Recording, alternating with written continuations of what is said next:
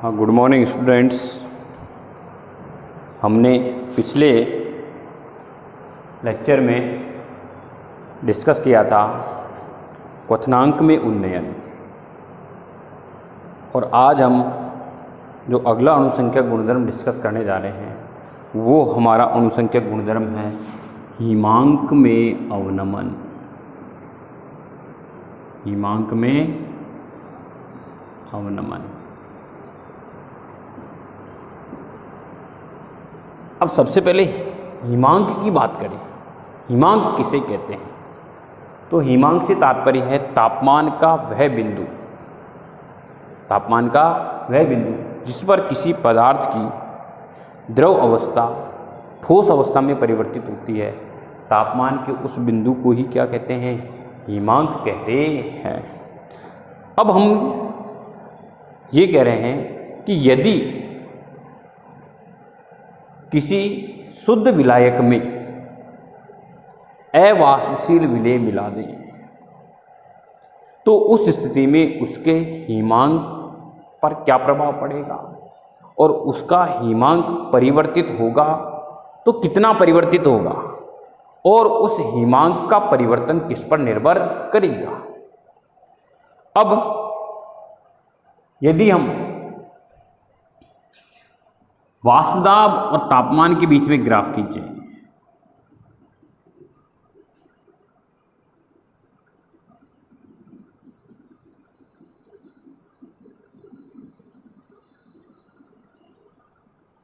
तो हम इस प्रकार का ग्राफ प्राप्त करते हैं।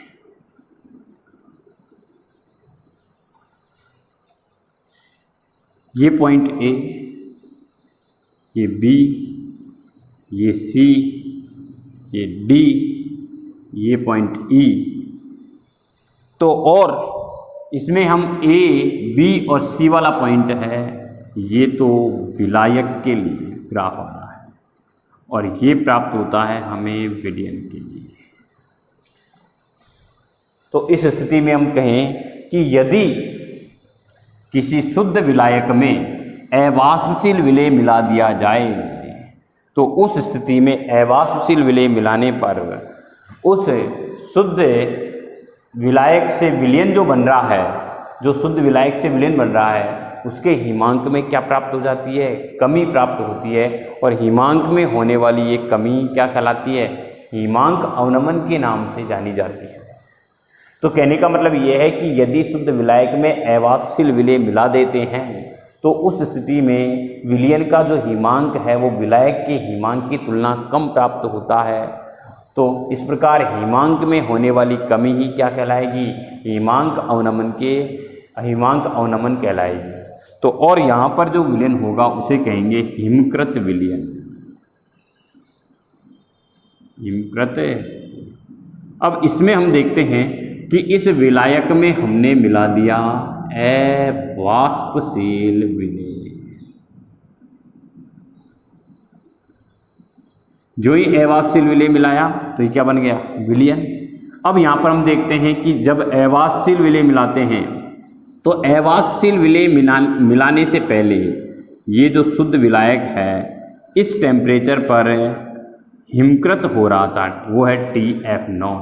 जो ही हमने अवाष्पशील विलेय मिलाया तो ये विलयन TF नामक टेम्परेचर पर हिमकृत होता है, और इस प्रकार हिमांक में होने वाली ये कमी ही कहलाएगी हिमांक अवनमन, जिसे क्या कहेंगे? हिमांक अवनमन। अवनमन का मतलब होता है कमी। अब देखिए हम यहाँ पर क्या कहेंगे? डेल्टा TF बराबर क्या आ जाएगा? TF0 minus TF। Delta TF क्या कहलाएगा? हिमांक अवनमन। TF0 क्या कहलाएगा? शुद्ध विलायक का हिमांक। TF क्या कहलाएगा? विलयन का हिमांक। अब ये हिमांक में कमी कैसे हो रही है, क्योंकि जब हमने शुद्ध विलायक में अवाष्पशील विलेय मिलाया तो शुद्ध विलायक का वाष्प दाब यहाँ पर इस बी पॉइंट के सामने प्राप्त हो रहा है ये, और जो ही हमने अवाष्पशील विलेय मिलाया तो उस स्थिति में विलयन का जो वाष्प दाब है वो डी पॉइंट के सामने ये प्राप्त होता है। और इस प्रकार वाष्प दाब में क्या प्राप्त हो रही है, वाष्प दाब में क्या कमी प्राप्त हो रही है, और वाष्प दाब में कमी की वजह से हमें हिमांक के जो टेम्परेचर है उसमें वेरिएशन प्राप्त हो रहे हैं। तो इस स्थिति में हम कह देंगे कि delta T F proportional to क्या हो जाएगा, डेल्टा पी, यानी हिमांक में जो वेरिएशन है वो प्रेशर वाष्प दाब में जो वेरिएशन है उसके क्या है, समानुपाती। इसे दे देंगे समीकरण नंबर 1। लेकिन हमने ये भी पढ़ा है डेल्टा पी प्रोपोर्शनल टू विलेय के मोल अंश किसके अनुसार, राउल्ट के अनुसार। समीकरण नंबर क्या आ गया, 2। तो उस स्थिति में हम कह देंगे लास्ट में delta T F proportional to विलेय के मोल अंश। समीकरण नंबर 3। अब प्रोपोर्शनलिटी को क्या करेंगे, खोलेंगे, तो डेल्टा टी एफ बराबर के इंटू काई बी, बॉक्स में डाल दें।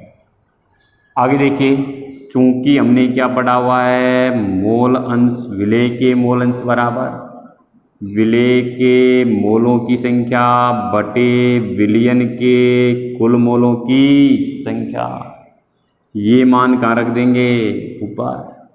तो यहाँ पर क्या आ जाएगा, डेल्टा टी एफ बराबर क्या प्राप्त हो रहा है, के इंटू क्या प्राप्त होगा, N B upon N A plus N B. आगे देखिए, चूंकि हमने ये भी पढ़ा है एन बराबर होता है डब्ल्यू अपॉन एम, पदार्थ का ग्रामों में भार बटे उसका अणु भार या आणविक द्रव्यमान। तो हम कह देंगे डेल्टा टी एफ बराबर क्या आ जाएगा, के इंटू एन की जगह ये एन बी है तो यहाँ आ जाएगा W B upon M B upon W A upon M A plus W B upon M B. समीकरण नंबर क्या दे देंगे इसे, 4। आगे देखिए, अब हम यहाँ पर ये कह रहे हैं यदि विलयन अत्यंत क्या हो, तनु, विलयन की बात कर रहा है नीचे की, तो उस स्थिति में कह देगा विलयन अत्यंत तनु हो तो हम यहाँ पर क्या कहेंगे, विलायक की मात्रा ज़्यादा है, विलेय की मात्रा बहुत कम है। तो उस स्थिति में विलेय के मोल बढ़ गए, विलेय के मोल घट गए और विलायक के मोल क्या हो गए, बढ़ गए।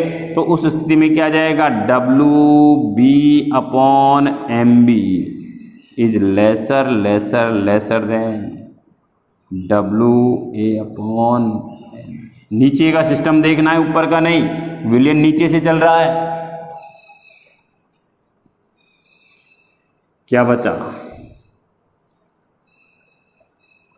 डेल्टा टी एफ बराबर K into W B upon M B upon W A upon M.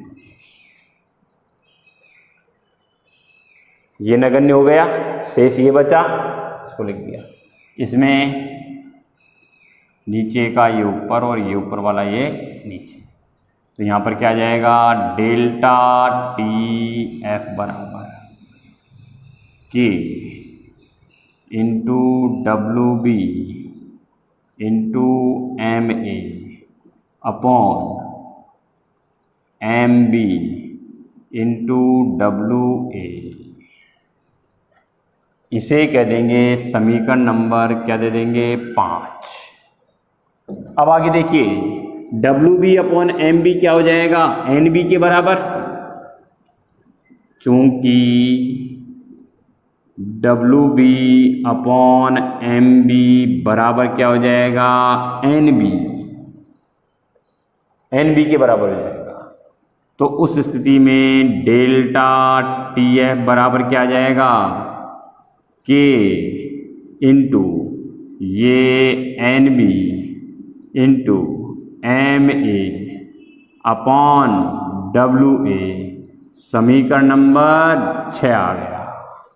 कौन सा प्राप्त हो गया, समीकरण नंबर 6। आगे देखिए, आगे क्या कह रहा है, WA क्या है, विलायक का द्रव्यमान। यदि WA बराबर 1000 ग्राम हो तो 1000 ग्राम विलायक में, या फिर मैं कह दूं 1 किलोग्राम कह दूं, 1 किलोग्राम विलायक में विलेय के मोलों की संख्या को क्या कहते हैं, मोललता। तो उस स्थिति में हम क्या कहेंगे, NB/1 किलोग्राम, ये किलोग्राम हो गए ना, बराबर आ जाएगी मोललता। M का मतलब है मोललता। इसको कहाँ पर रख देंगे, समीकरण नंबर 6 में। तो यहाँ पर आ जाएगा डेल्टा TF बराबर K इंटू ये M आ जाएगा स्मॉल m इंटू MA। आगे देखिए, हमने पीछे भी पढ़ा हुआ है KB into MA, sorry K into MA बराबर K भी चल रहा था। तो यहाँ पर भी क्या आ जाएगा, K इंटू MA बराबर आ गया KF। जैसे पीछे K भी आया था वैसे ही KF। और KF क्या है, KF बराबर है मोलल हिमांक अवनमन स्थिरांक। तो ये वैल्यू तो क्या हो गई, KF। तो लास्ट में क्या बच गया, डेल्टा TF बराबर KF इंटू MA।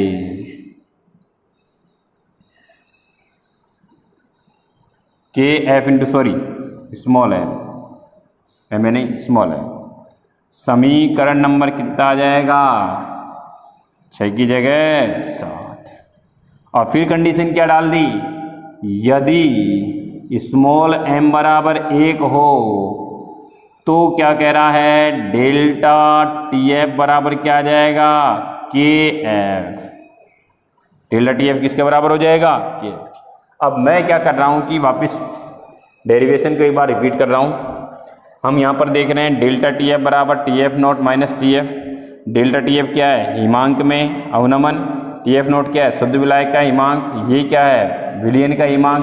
अब हम यहाँ पर क्या कह रहे हैं कि हिमांक का जो अवनमन है वो किसके समानुपाती चल रहा है, वाष्प दाब में परिवर्तन के समानुपाती। क्योंकि यहाँ पर वाष्प दाब इस बिंदु पे प्राप्त हो रहा है, यहाँ पर वाष्प दाब इस बिंदु पे प्राप्त हो रहा है, तो वाष्प दाब में भी चेंजेज आ रहा है। तो delta TF proportional to delta P, समीकरण नंबर 1। फिर आगे कह रहा है कि राउल्ट के अनुसार डेल्टा P प्रोपोर्शनल टू विलेय के मोल अंश, समीकरण नंबर 2। लास्ट में क्या कह रहा है, डेल्टा TF प्रोपोर्शनल टू क्या हो जाएगा, विलेय के मोल अंश। यानी जो हिमांक में जो अवनमन है वो किस पर निर्भर कर रहा है, हिमांक अवनमन जो है वो किस पर निर्भर कर रहा है, अवाष्पशील विलेय के मोल अंश पर निर्भर कर रहा है। अवाष्पशील विलेय के मोल अंश के समानुपाती हो रहा है। यही तो क्या कहलाएगा, अणुसंख्यक गुणधर्म। अब देखिए, क्योंकि यहाँ पर हिमांक अवनमन इसके मोल अंश के क्या हो गया, समानुपाती, तो हम इसको क्या करेंगे, प्रोपोर्शनलिटी को बराबर लाएंगे, कांस्टेंट आ जाएगा, इसका मान हम इसमें रख देंगे, ये प्राप्त हो जाएगा। आगे n बराबर W/m है, ये वैल्यू प्राप्त हो जाएगी, समीकरण नंबर 4 आ जाएगा। और कह रहा है कि विलयन अत्यंत तनु हो, WB/MB is lesser than WA/MA। आगे देखिए अगली सिचुएशन में यदि ये WB/MB बहुत कम हो गया तो शेष क्या बच गया, ये ऊपर ये नीचे, ये आ गया समीकरण नंबर कौन सा 5। आगे क्या कह रहा है, हमने पढ़ा है n बराबर W/M, तो WB/MB बराबर क्या हो जाएगा NB, तो ये वैल्यू क्या हो गई NB, ये K into NB into MA/WA, समीकरण नंबर कौन सा आ गया 6। आगे क्या कह रहा है कि यदि विलायक का द्रव्यमान क्या हो 1000 ग्राम, यानी हम कह दें 1 किलोग्राम, तो ये 1 किलोग्राम रख देगा। तो 1 किलोग्राम विलायक में उपस्थित विलेय के मोलों की संख्या उसकी मोललता स्मॉल m कहलाएगी। ये वैल्यू स्मॉल m यहाँ पर रख देंगे तो K into M into MA।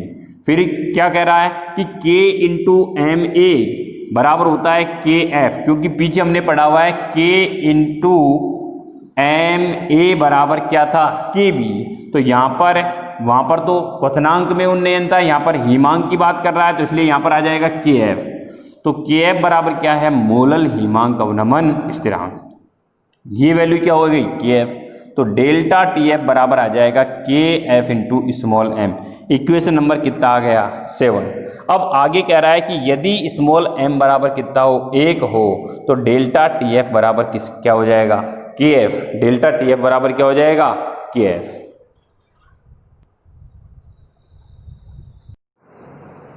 हाँ देखिए आगे हमने यदि स्मॉल m बराबर 1 किया तो डेल्टा TF किसके बराबर हो गया KF के।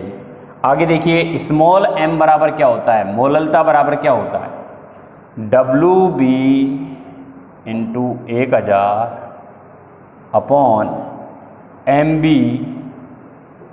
इंटू WA, ये मोललता का फॉर्मूला है। आगे देखिए और हमने पीछे क्या पढ़ा था, डेल्टा TF बराबर KF इंटू स्मॉल m, जो हमने किससे पढ़ा था समीकरण नंबर 7 से। अब स्मॉल m को इसमें फिट करने पर डेल्टा TF बराबर क्या आ जाएगा KF into WB into 1000 upon MB into WA, ये समीकरण आ गया हमारा 8। यानी समीकरण नंबर 8 से हम हिमांक में होने वाली कमी की गणना कर सकते हैं, हिमांक में होने वाले परिवर्तन की गणना कर सकते हैं। यदि हम विलेय का मोलर द्रव्यमान निकालें तो उस स्थिति में MB निकालेंगे, तो MB बराबर क्या हो जाएगा KF into WB into 1000 upon यहाँ आ जाएगा डेल्टा TF इंटू WA, समीकरण नंबर क्या आ जाएगा 9।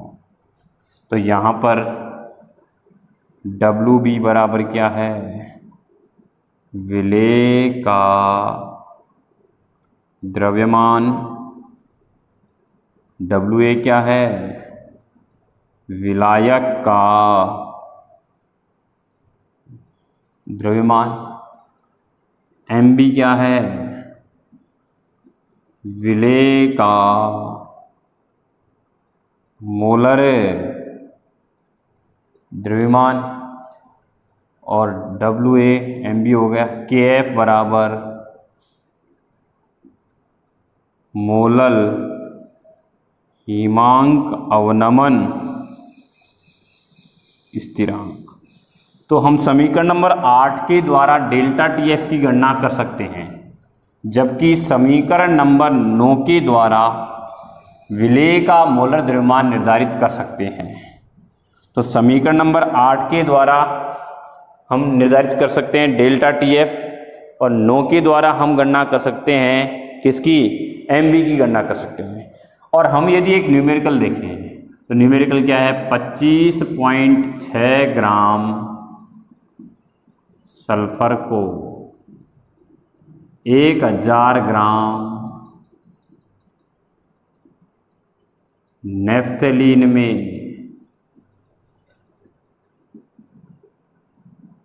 मिलाने पर नेफ्थलीन के हिमांक में 0.68 केल्विन की कमी हो जाती है। कितनी हो जाती है? 0.68 केल्विन की कमी हो जाती है। तो उस स्थिति में सल्फर का, तो इस स्थिति में सल्फर का अणु सूत्र ज्ञात कीजिए। क्या पूछ रहा है? सल्फर का अणु सूत्र पूछ रहा है। आगे क्या कह रहा है कि यदि नेफ्थलीन का KF बराबर 6.8 केल्विन किलोग्राम मोल इनवर्स, ये ब्रैकेट में दे दिया। अब यहाँ पर KF की वैल्यू जो है वो तुम्हें बोर्ड एग्जाम में ऑलरेडी पेपर में दी हुई मिलेगी। अब हम क्या निकालेंगे इसमें? देखिए क्या क्या दिया हुआ है। सॉल्यूशन पूछ क्या रहा है? नेफ्थलीन का अणु सूत्र। तो सबसे पहले हम निकालेंगे Mb, और Mb के नेफ्थलीन का अणु सूत्र नहीं, सॉरी, सल्फर का अणु सूत्र पूछ रहा है, तो सबसे पहले निकालेंगे Mb, और Mb के बाद में हम सल्फर का अणु सूत्र निर्धारित करेंगे। तो सबसे पहले हम कह देंगे Wb विलेय कितना है? 25.6 ग्राम। Wa कितना है? 1000 gram. Delta TF 0.68 kelvin, 0.68 kelvin. आगे क्या कह रहा है? डेल्टा TF आ गया। KF क्या है? 6.8 kelvin kilogram mole inverse. Question repeat कर रहा हूं, एक बार समझ लो कि 25.6 ग्राम सल्फर को 1000 ग्राम नेफ्थलीन में मिलाने पर तो सल्फर क्या हो गया? अवाष्पशील विलेय हो गया। मिलाने पर नेफ्थलीन के हिमांक में 0.68 केल्विन की कमी हो जाती है, यानी हिमांक का क्या हो गया? अवनमन, कमी हो गई। तो इस स्थिति में सल्फर का अणु सूत्र ज्ञात करो, और अणु सूत्र पूछ रहा है तो सबसे पहले हम क्या निकालेंगे? Mb निकालेंगे, और वो समीकरण नंबर कितने से? 9 से। यदि KF का मान कितना है? 6.8 kelvin kilogram mole inverse. KB की इकाई भी केल्विन किलोग्राम मोल इनवर्स थी, और KF की इकाई भी केल्विन किलोग्राम मोल इनवर्स है। तो उस स्थिति में हम क्या निकालेंगे? सबसे पहले अब यहाँ पर MB बराबर KF into WB into 1000 upon delta TF into WA। KF का मान 6.8, WB कितना है? WB कितना है यहाँ पर? 25.6 इंटू 1000 अपॉन डेल्टा TF कितना है? 0.68 इंटू WA का मान कितना है? 1000। पॉइंट हटाओ, इसको इससे कैंसिल कर दो, इसको इससे कैंसिल कर दो। 256 ग्राम प्रति मोल। ये क्या निकाल लिया हमने? MB निकालने के बाद दूसरा इसने में पूछा है सल्फर का अणु सूत्र क्या होगा। अब देखिए, माना कि सल्फर का अणु सूत्र बराबर SX, और सल्फर के एक परमाणु का परमाणु भार बराबर कितना है? 32। इसका मोल द्रव्यमान कितना है? 256। तो सल्फर के अणु में कुल परमाणु कितने होंगे? 256/32 बराबर कितने हो जाएंगे? 8 परमाणु। तो सल्फर का अणु सूत्र होगा, क्या हो जाएगा? S8। X का मान कितना आ गया? 8। तो सल्फर का अणु सूत्र कितना आ गया? S8। तो इस प्रकार के न्यूमेरिकल में क्या किया उसने? MB भी पूछ लिया और साथ में उसने सल्फर का अणु सूत्र भी पूछ लिया। तो MB निकालने के बाद हम क्या करेंगे? सल्फर के अणु सूत्र का निर्धारण करेंगे।